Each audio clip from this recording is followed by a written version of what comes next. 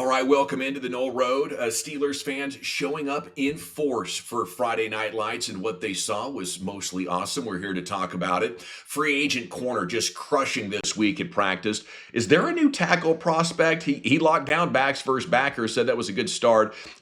As the starters struggle on offense and the defense is getting the best of them, we'll hear from Mike Tomlin in just a second. Is this a concern at all? Plus, another NFL superstar wants out of his team, says if he ever comes back to his home state, it'll be for you know who. Here we go.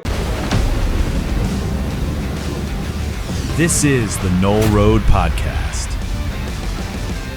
All right, welcome into the Knoll Road. I'm Gavin Dawson along with New Bear Lesniewski, and man, Friday Night Lights was a vibe. 13,600. Some reporters saying, longtime reporters saying, it's the most they'd ever seen. You talk about what makes this franchise different, what makes it special. The word I come back to in a setting like this is unique. It is, yeah. It's amazing. You know, you can feel the nostalgia, the history, the tradition, and it is part of what makes the Steelers just incredible to cover and to be a fan of and to believe in. You know, that's culture. There's value. There's football winning value in these kind of things. But anyway, let's get to what Mike Tomlin assessed afterwards on the field, talking with reporters. And, here we go. We're talking about the offense maybe struggling here for the first couple of weeks compared to the defense. Is that a concern for head coach? I just think it's usual for this time of year. Defenses usually develop a little faster than offenses. The get to know, the cohesion that's required to be good, it's just a component of it. And so no alarm bells there. All right, Uber, I think it's common, around the NFL. I think if you really dug in and read the reports, most of the time the defense is still going to have the offense's number at this point. Yeah, I mean, it's not just Sunday. This isn't an NFL thing. You see this in college with spring ball or at any time of the year. The defense is typically ahead because they're playing downhill. And they're, in a perfect world, they're not thinking at all, right? They're reacting, but they have a call and then they have a job and a responsibility. Whereas the offense is, even now at the high school level and at the college level, you've got multiple goes. Receivers have 2- and 3-way goes. You have so many different things, RPOs. Like, the game is just different, and there's so much more thinking, but also just options built into every play. What's also the fascinating element of this is Aaron Rodgers had not played, because you're talking about him signing late. You're talking about him not really being a part of OTAs and Tomlin holding him out of minicamp because he just wanted to make sure that he was really ready to go before they were full go. I mean, yeah, if you see signs that Aaron Rodgers is washed up, at 42 years old, that is a significant concern. Like, oh, maybe he just hit the age wall in the offseason and the injury, a year later, he's not coming back. I don't see any signs of that. He had a nice escape down the sideline. He's having fun with it. Stiff arm hit the L2. He looks like, I don't know, maybe a 36-year-old guy because he's just so damn athletic and he had some to spare. So, I think if you get through all of training camp and preseason and the offense hasn't shown you much, maybe then we'll get concerned. But right now, I think we're seeing a strong candidate for the best defense in the NFL and an offense working in a new quarterback that doesn't have a great depth of wide receiver and an offensive line that you're hoping can take a step to above average.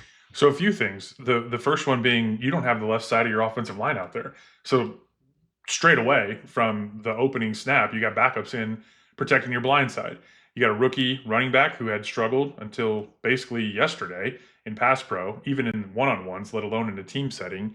And you mentioned the receiver side of it, but let's also not forget that there's a human element to this where when one of these young guys or one of these guys that you hope is going to rise and make plays doesn't, Caleb Johnson putting the ball on the ground, all of a sudden you see 4 tight ends on the field because Artie Smith's not playing around. You're trying to send a message saying, get your mind right, get your shit wired tight. And as we go through this, the spirit of competition doesn't mean that you're going to get the benefit of the doubt from day one. No, it does not. I think maybe Caleb Johnson might be on his way to getting some benefit of the doubt in pass protection, though. Here's Mike Tomlin on how Caleb looked in backs on backers. Confident in backs on backers. What did you see from him in the one-on-one period? I think it's reasonable to expect him to display more comfort, play harder and faster. It just comes with exposure. He's a talented young guy, but he's a young guy, and so all of these exposures are important to his development. It's reasonable to expect him to get better with each outing. Who else stood out? So the other interesting thing to add to this for context is Jalen Warren struggled a little bit more, which is, interesting if you're pressing to see Caleb Johnson get starter reps and 20-25 carries a game. If he's not going to be Fort Knox and Johnson is making progress, maybe, Johnson can be the clear number one sooner than we thought. Well, let's not just say the negative side of it where you can play your way out of something. I mean, to this point in the last couple of pods, we've talked about how if Caleb Johnson can't do X, Y, or Z, that might limit his ceiling. The opposite is also true. The minute that this kid starts showing aptitude and the ability to learn on the fly, to develop as he goes, you start trusting him more and giving him every opportunity because of what you can get out of him relative to that skill set if he's a 3-down back. Yeah, I mean, if he is a 3-down back, I believe just toting the rock, it's got over 4.5, 8 to 10 touchdowns written all over it as far as a performance component. But you saw what he said. They asked him 1,000 yards this year, and he was like, more, bet. Yes, over. Give him the ball, and that'll happen. But I think Arthur Smith is going to favor, and a lot of offensive coordinators are willing to flush a half yard per carry if they're confident in a guy's pass pro. So I do think it's a massive storyline. Speaking of protection, we go to Darnell Washington, and Steelers Twitter just lit up with excitement as Watt, Highsmith, Leal, and Sawyer in backs on backers. He was unbeatable in this drill. I think Watt was the only one who even got any movement. Is this a joke? Is it fun that he could be a tackle, or is this real? It's funny. He's bigger than some offensive tackles. I mean, Mount Washington isn't just a cute little thing because of what we have in the city. I mean, he's a mountain of a man. He almost picked up the sled and just threw it. Yeah, and if you saw the quote coming out of it was people were hollering, "Not bad for a left tackle," and he says, "Pay me like one then." Yeah. Show the man his money. The parallel conversation to this, though, is that he's also making plays down the seam. To this point, he's been the blocking tight end, tight end 3 clearly.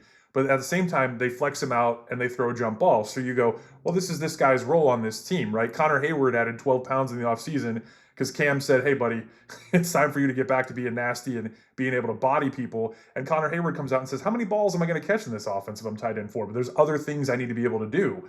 Mount Washington's having the absolute opposite effect where he's making plays in the middle of the field, down the field as part of the traditional offense, different than what he's been tasked to do through year 2. Yeah, and I just think it's interesting because his pass catching, his playmaking isn't explosive. It's not elite. Right? It doesn't look that way because he's so big. Well, and his production isn't there. If he could get it done, but it wasn't pretty, they would still feed him the ball. But so I think it's interesting. It's something to explore, right? Something to think about. But in the meantime, I like the idea of almost using him as jumbo in a 6th offensive lineman set, and the defense doesn't know is that a jumbo tackle? Well, he's got him eligible, he doesn't have to declare. Yeah, right. So I think it's the best of both worlds right now. But it is amazing to see him do this, and perhaps a way you can mitigate some of that pressure and give Rodgers elite protection if you can get him and the running back working in concert. That's going to lock down max protect. Well, let's not forget too, there have been mitigating factors relative to him going all the way back to Georgia. First and foremost, Brock Bowers, a one-of-one type guy who actually got running back carries as a tight end. And we all saw what he did as a rookie, taking the league by storm, winning fantasy leagues for a lot of people and being tight end 1 probably for the next decade. He is playing with that guy in college, and so his numbers aren't there. And then he also has had some issues with the knee, which is part of why he fell in the draft. What is interesting, though, is that his production did double from rookie year to sophomore year. And now just because Jonnu Smith, Pat Freiermuth also exist in this universe doesn't mean that he can't be a weapon, particularly what you're talking about, where there's the unexpected nature of it. Because all of a sudden, if you have a guy that on tape to date has only done 1 or 2 things, and then you infuse him into this thing every once in a while where he is the guy going down the seam, who's going to body this dude when you're talking about 6'7", 280? They're calling him a 300-pound man as part of this left tackle, fun. But that's how big this guy is. And maybe he isn't the same kind of seam stretcher or route running aficionado as Pat Freiermuth or Jonnu Smith, as we've seen him hitting the triangle button going over everybody so far. but Washington is way more athletic than anyone wants to give him credit for. I love it. Okay. And of course, this conversation relative to pass pro also has to include what happening with Broderick Jones on 3 straight reps. Many reporters blogging about it, posting about it, dusted on consecutive ghost moves and then wins on the 3rd rep with a spin move there from Alex Highsmith. Here's Nick Farabaugh. So, we need guys like this to take a big step, and I don't know if it's happening. I think it's such an important spot that you have to be open-minded to, hey, we believed in this guy, we brought this guy in, it's like, hey, go Broderick Jones. But if you're serious about winning a Super Bowl, when things like this start to happen, I don't think you can, be hesitant to get aggressive about finding better solutions. Let's make no mistake about this. We weren't just excited about this guy. We traded up to get this guy. Mm-hmm. And when he came walking through Pittsburgh International Airport in flip-flops looking like he was just not messing around, and we were just so excited about, you talk about a mountain of a man. I mean, he's a man. And what did we do? We kicked him to the right side because we love Dan Moore Jr. And Dan Moore Jr. became a pretty good player. Broderick Jones regressed. Also had some injuries. Now we're sending him back to the blind side where all anybody's talking about is, can he keep Aaron Rodgers upright? This, to me, right now, with the injury being another setback again that he's dealing with and maybe not trusting his physical, this becomes a confidence thing very quickly because you see him when he does whiff or when he does miss and when he gets beat, he's throwing the hands up. He's completely exasperated. So he's feeling the pressure. And maybe he's not right. I do think going to the left actually opens up a window of opportunity for him to be more comfortable there. But at this point, I think you're trying to win with, at best, an average left tackle, and that can be tough. So we'll keep our fingers crossed for the best. But after backs versus backers, or after the one-on-ones, rather, I don't think he was in anything else. He was working off to the side. He's still not cleared for, full go, and neither is Seumalo. And that's one of the other elements of this is, you look across leagues and teams and groups and starting fives, is they have to play as a whole unit. And I think that's one of the things that we really have to focus on judging as we go further into camp and the season approaches, is someone getting beat in one-on-ones is a whole lot less concerning than someone getting beat in a team situation, particularly if you're scheming to protect a guy, or if Seumalo's out there, what should be a buddy cop movie, 2 big dudes moving other dudes around, and running backs, and play action, and all the things that you use to help buy that extra heartbeat for a guy who's struggling. We get into the team settings after he's fully cleared and we're fully padded. This is a completely different conversation. Okay, here's a report from Christopher Carter on how the offensive line did as a whole. Pass pro's been more coordinated and together. Units have been better across the board, picked up blitzes, hat on a hat. Also, Broderick Jones did 7 shots, and that's it. Been working out with Seumalo to the side. So overall, offensive line progress, good coordination. Yeah, and I talk all the time about how you want to live in a momentum-based world. You want to have these momentum-based conversations where you're stacking good reps, stacking good periods, stacking good days, weeks become the season. And you break it down into chunks and you say, okay, this is this group of teams into the bye, or this group of teams into a playoff push. And what's going to be really exciting to watch is that typically the Steelers are a team, particularly over the past couple of years, where they've been so reliant on run game and maybe there's been questions in the quarterback room, is this has been an offense that has gotten better and stronger down the stretch. Last year, that was not the case. This is an offense that really struggled into the playoffs and then ultimately is one and done. So there's an opportunity here over the course of the next month to put yourself in a position to come out of the gates. You want to start hot, but at the same time, this is a group that is going to come together and be much better midseason, be much better. You want to be ramping up toward a playoff run versus having it the other way around where we're talking about them coming out on fire and then injuries, attrition as you go through other teams adjusting to your scheme and Aaron Rodgers. You'd much rather be in this position where we're talking about what they need to do to get on the ramp versus just assuming that they're good and then maybe thinking about what happens if someone falls off a cliff. Okay, great stuff. As we turn to the defense, some of these storylines become decidedly more Number one optimistic. Madden. Yes, number one Madden defense. That was a great, acknowledgement of what this defense is capable of. And then the 34-year-old corner addition, who many in Philadelphia thought had lost something. That was the word around the league. And I was actually initially surprised that the Steelers were confident that they could bring in Darius Slay and he could be a starter, but based on the narrative around him coming out of Philadelphia. But man, he has proven he still got it. There's this great rep of him locking up Roman Wilson in one-on-ones from Friday night, but he's been huge in 7 shots. I think he's got 4 PBUs in the last 2 practices. So this is, maybe the missing piece to giving you that, full complement of 3 corners that can, allow this defense to be shut down. Yeah, you talked about the last 2 practices. I want to continue to focus on the 2 main things with him. That being, Philly drafted 2 corners, 2 young corners on rookie deals who balled out on the way to a Super Bowl. They're a lot cheaper. They're younger. And oh, by the way, Darius Slay, to your point, the idea is that he's slipping. The other side of this, the second part of it from Darius Slay's perspective that's as important as any of it, is he's now playing man press. He's now able to play physical. He's now able to play and dictate to the receiver as opposed to having to read and react.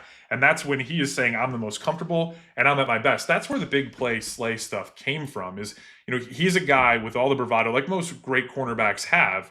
He wants to be the man on the island and he wants to show you down in and down out that he's going to be an eraser. And the play on Roman Wilson, the thing that's so great about it is it's not just a guy who may be a little faster than you, who may be younger than you. He's a guy who's hungry, who really has something to prove. He's fighting with Calvin Austin III for wide receiver 2. So when you start talking about bodying that dude, shutting him down at the top of the route, Roman Wilson is trying to fight with everything he's got back through, and Slay is like, not on my watch. Yeah, he looks like a young corner still. Some of these guys can just age well. They're built different, and you don't know who they are until you get to 34 and they're still balling out. But yeah, well, if he's good outside, that allows everyone keeps talking about Jalen Ramsey and how great he looks. We know what Joey Porter is and what he's going to do.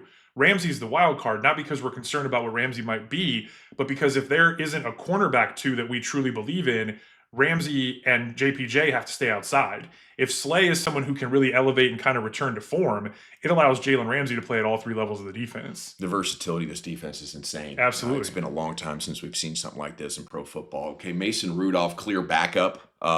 Will Howard bearing Skylar Thompson in reps. That's become apparent. Are they giving Will Howard every opportunity to get experience as a young guy, or is he clearly better than Skylar Thompson? I hope it's the latter. I hope that this is by merit and not, let's see what the young kid can do. We know what Skylar Thompson can do. We'll see. Can't wait for the preseason here to see this guy get some reps against, backups, but still a significant step up. That's the perfect point relative to preseason and backups, because if anybody who's trying to mitigate the hype, and it's not even really that hype, it's more excitement. We're not trying to hype this kid up. We're excited about what he could be. And the point being that it's mostly against backups. The same way you're talking about Jack Sawyer dominating. Nate Herbig dominating against ones is different than Jack Sawyer dominating against backups. So it's massively different. Will Howard, to this point, right?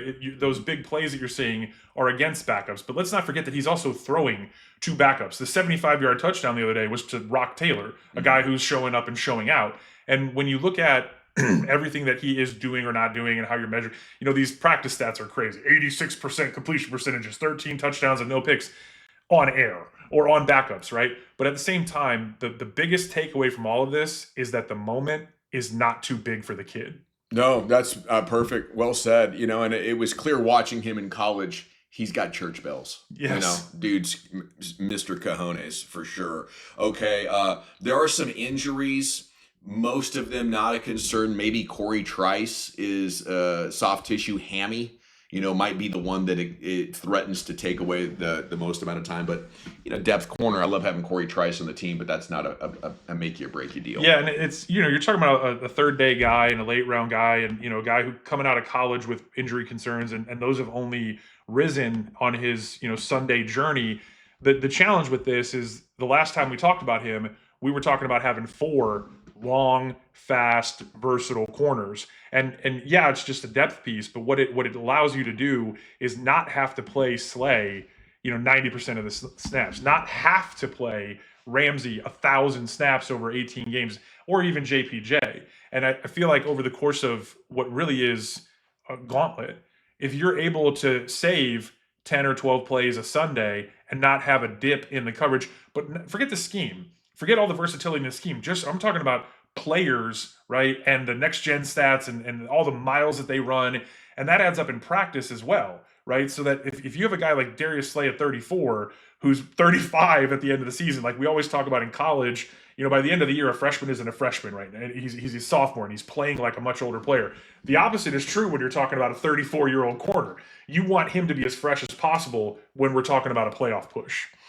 Okay, speaking of playoff push, how much would this guy help the Steelers get it done in January? Hey, what about this logo? This ain't a bad logo, Mike. Steelers? Yeah, that ain't bad, right? Nah, you rock with the Steelers? Yeah, I do. I can see you in the Steelers uniform, I said if I too. ever returned home, it was going to Pittsburgh. It's Mr. Rooney. Like I mess with Mike Tomlin the wrong way. If he ever returned, we got a spot. We love edge rushers too. All right, there's a clip from Micah Parsons. Was this Radio Row? It was earlier in the offseason. Most Steelers fans are aware of it by now. I think it's very interesting anytime a potential defensive player of the year wants to come to your town.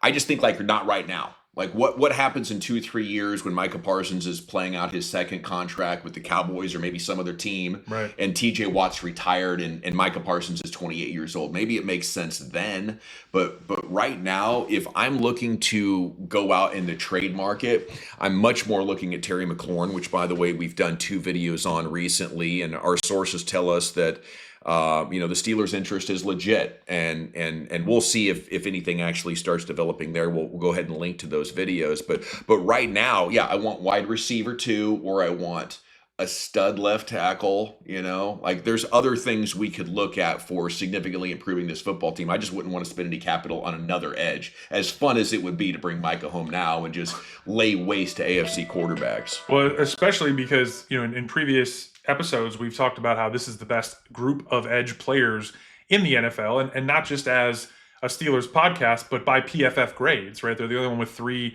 top 32 guys, or one of only 2 teams. Forgive me, Miami Dolphins fans, if you're watching.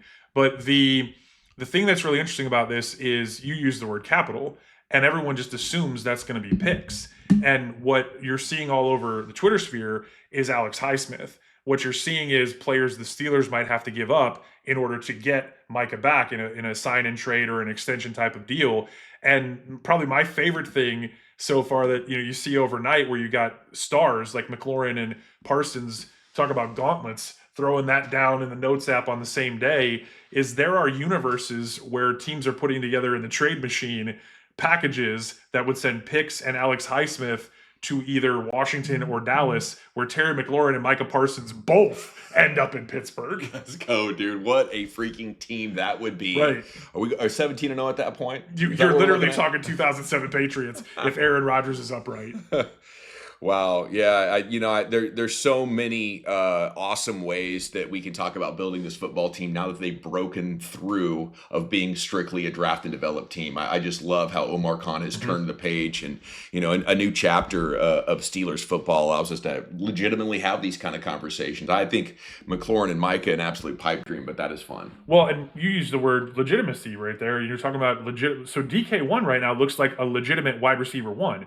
And he's a guy who last year had a little bit of an injury bugaboo that allowed Jackson Smith-Njigba to take the step and become the guy who truly was the number 1 target guy in Seattle. And the questions arise about, the height, weight, speed, and is he really and truly a wide receiver 1? He and Aaron Rodgers are looking like Aaron Rodgers, Devontae Adams, Aaron Rodgers, Jordy Nelson. Insert your favorite, pairing that he's had over the year. And Rodgers is one of those guys who typically prefers to have a wide receiver 1 that he feeds the volume of the targets, and then you play every one off that, in the distribution matrix. But the ability of Aaron Rodgers on Friday nights under the lights to not just, we've been so concerned about can he move in the pocket. He apparently isn't concerned about anything if he's taking off running and stiff-arming dudes up the sideline. All right, we're back tomorrow, the Sunday show. We'll be rocking and rolling, so appreciate you checking us out here on the Knoll Road. Please, if you've enjoyed this video, consider liking it and maybe even subscribing. We'll be with you throughout the entire season into the draft, and looking forward till next time. We'll see you on the Knoll Road.